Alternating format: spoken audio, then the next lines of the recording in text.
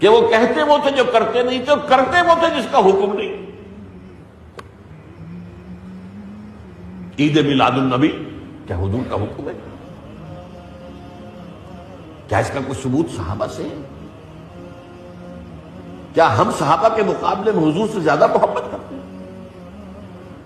لیکن تھا کہ معاملہ مالا یؤمرون، جس چیز کا حکم ہوا نہیں اس پر عمل ہو رہا. یہ ہے در حقیقت رسم پرستی، اور رسم کے اندر پھر اضافہ ہوتے چلا جاتا ہے. لک الحمد یا اللہ. بسم اللہ الرحمن الرحیم. السلام علیکم ورحمۃ اللہ. سنا آپ نے کہ یہ ڈاکٹر اسرار احمد صاحب کس طرح اس چیز کو کہہ رہے ہیں کہ عید میلاد النبی صلی اللہ تعالی علیہ وسلم ولادت مبارکہ کی خوشی منانا کیا یہ حکم ہے؟ یہ بات حق ہے کہ حکم نہیں ہے، لیکن حق اور سچ بات یہ بھی ہے کہ میلاد کی خوشی وہی مناتے ہیں کہ جو لوگ الحمدللہ آپ کو رحمت للعالمین مانتے ہیں. آپ علیہ الصلاۃ والتسلیم کو سارے جہانوں کے لیے جس رب نے آپ کو رحمت بنا کر بھیجا ہے، آپ کو واقعی رحمت مانتے ہیں.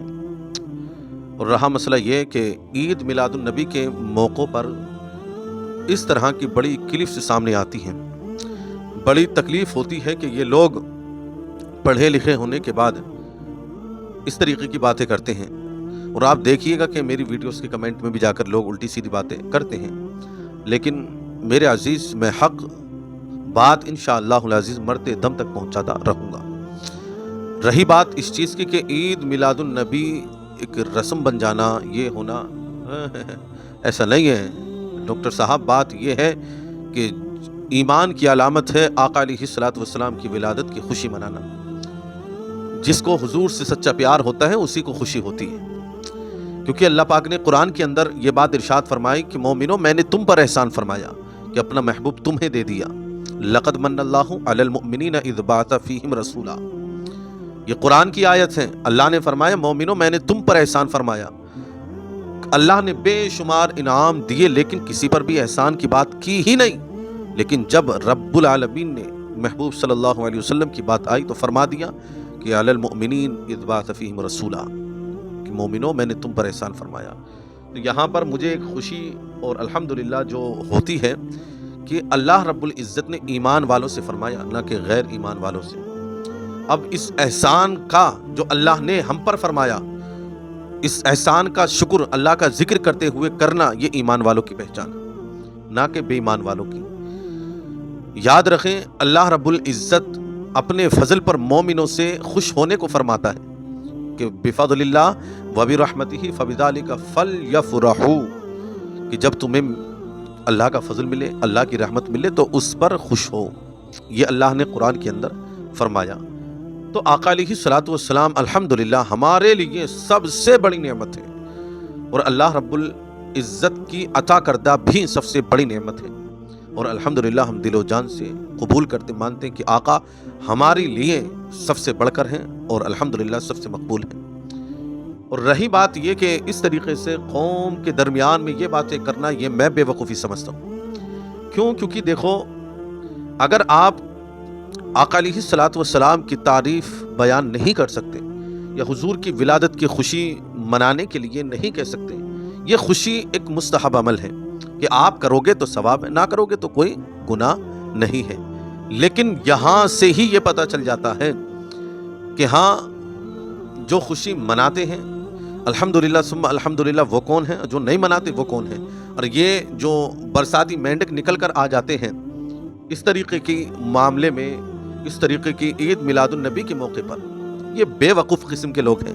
میرے عزیز میری باتیں کڑوی ضرور ہیں، لیکن حق اور سچ بات یہ کہ بات یہاں یہ آتی ہے کہ پہلے تو میں یہ بات کلیئر کر دوں کہ یہ جو ڈاکٹر صاحب اس بات کو کہہ رہے ہیں بہت پڑھے لکھے ہیں، اللہ نے ان کو بہت علم دیا، لیکن جب حضور کی بات آتی ہے تو اللہ اکبر، بات میں وہ مزہ نہیں ہوتا جس طریقے سے اور باتوں میں ہوتا ہے. لیکن میرے عزیز کہ یہ اللہ کے محبوب کا حکم ہے، اللہ کا حکم ہے یا صحابہ نے کیا. تو یاد رکھیں ایک حدیث پاک ہمیں ملتی ہے، اور ساتھ ساتھ اس حدیث کو سنانے سے پہلے یہ بھی بتا دوں کتنے کام دور حاضر میں ایسے کہ لوگ ثواب کی نیت سے کرتے ہیں اور وہ حضور نے نہیں کی۔ بالفرض یہاں تک کہ مسجدوں کو عالیشان بنانا اور مدارس کو عالیشان بنانا اور بھی ایسی چیزیں جو لوگ باعث فخر اور ثواب کے کرتے ہیں، لیکن شرعی اعتبار سے تو یہ حکم نہیں کہ تم مسجدوں کو خوب عالیشان بناؤ، بلکہ قیامت کی نشانیوں میں سے ہیں۔ اور یہاں تک کہ یہ بات بھی غالباً ابو داؤد شریف میں ملتی ہے کہ حضور نے منع فرمایا، لیکن دور حاضر میں یہ نیت کر کے کہ یار مسجدیں عالیشان بناؤ اور اچھے طریقے سے اللہ کے گھر سجاؤ تاکہ لوگ اللہ کے گھر کی طرف آئیں، اس طریقے سے مانا کرتے ہیں لوگ اور ثواب سمجھ کر کرتے ہیں۔ اور خوب آج کے وقت میں اللہ ماشاءاللہ کوئی مسجد ایسی ہو، لیکن الحمدللہ سبھی مساجد بڑے خوبصورت تعمیر شدہ ہیں۔ لیکن مجھے جو ہمیشہ بات غلط لگتی ہے، یہ حضور کی ولادت کی خوشی کے معاملے میں کیوں الٹی سیدھی باتیں کرتے ہیں لوگ، اور یہ وہ لوگ ہی ہیں اللہ اکبر کہ حضور کو مانتے بھی ہیں لیکن حضور کی ولادت کی خوشی نہیں مناتے۔ حتیٰ کہ لوگ اللہ اکبر، مجھے تعجب یوں بھی ہوتا ہے، آپ میری بات سے ایگری ہوں یا نہیں ہوں مجھے اس بات سے کوئی مطلب نہیں، ہاں الحمدللہ ایگری وہی ہوں گے، وہی قبول کریں گے کہ جو آقا علیہ الصلوۃ والسلام سے سچا پیار کرنے والے ہوں گے۔ کیونکہ لوگ اکثر آج کے وقت میں اللہ وحدہ لا شریک الحمدللہ ثم الحمدللہ جو ہمارا خالق ہے، مالک ہے، ایاک نعبد و ایاک نستعین، الحمدللہ وہی ہے اور ہم اسی کی عبادت کرتے ہیں، اسی سے مدد چاہتے ہیں اور اسی سے مانگنا یہ سب کچھ فرض ہے۔ الحمدللہ جو حضور کی ذات کی خوشی نہیں مناتے ولادت کی، یا حضور علیہ الصلوۃ والسلام کو اللہ رب العزت کا عطا کردہ بڑا تحفہ نہیں مانتے، وہ بے وقوف لوگ ہیں۔ وہ الحمدللہ میں اس بات کو کلیئر کر دوں کہ وہ لوگ نہیں ہیں۔ جس طرح آپ صحابہ اکرام رضوان اللہ تعالی علیہم اجمعین کی فہرست اٹھا کر دیکھیں، کب آپ خوش نہیں ہوئے؟ بھائی آپ حضور کی آمد کو باعث فخر مانتے تھے الحمدللہ اس وقت صحابہ کہ اللہ نے آپ کے ذریعے ہمیں ہدایت عطا فرمائی۔ یہ حدیث پاک میں بھی ملتا ہے کہ صحابہ بیٹھ کر ذکر کر رہے ہیں، اللہ کے محبوب علیہ الصلوۃ والسلام کے پاس جبریل امی تشریف لاتے ہیں، عرض کرتے ہیں یا رسول اللہ آپ اپنے صحابہ کو دیکھیں جا کر کس طرح کیا ذکر کر رہے ہیں۔ آپ پہنچے، آپ نے پوچھا میرے صحابہ آپ اس طرح کیا ذکر کر رہے ہیں؟ تب صحابہ نے کہا تھا نذکر اللہ نحمدہ، اور آگے کی بات بھی کہ اللہ کا ہم ذکر کر رہے ہیں، اس کی حمد بیان کر رہے ہیں اور ہم اللہ کا شکر ادا کر رہے ہیں اس بات پر کہ اللہ نے آپ کو ہمیں دیا اور آپ کے ذریعے اللہ نے ہمیں ہدایت عطا فرمائی۔ تو بتائیں آپ نے ذکر کیا نہیں کیا؟ الحمدللہ کیا کیا کیا، اس میں کوئی شک و شبہ نہیں ہے۔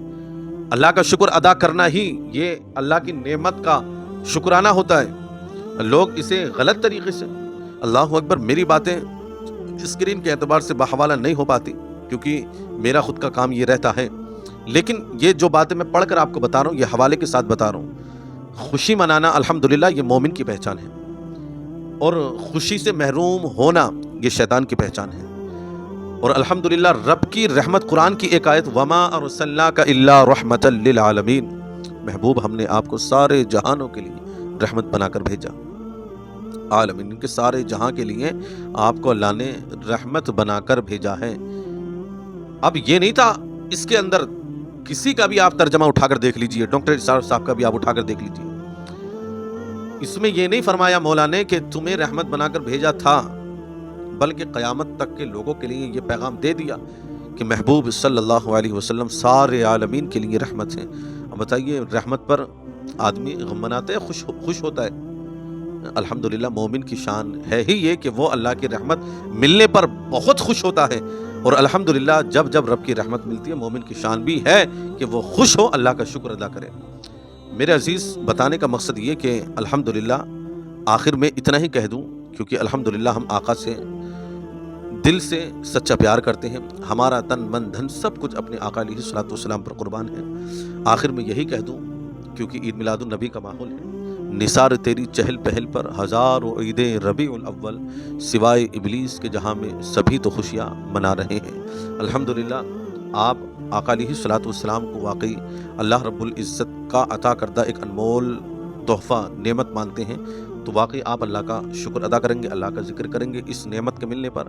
اور عید میلاد النبی کا جلوس بھی اس معنی کر ہی ہوتا ہے کہ حضور کی سیرت کی طرف لوگ آئیں۔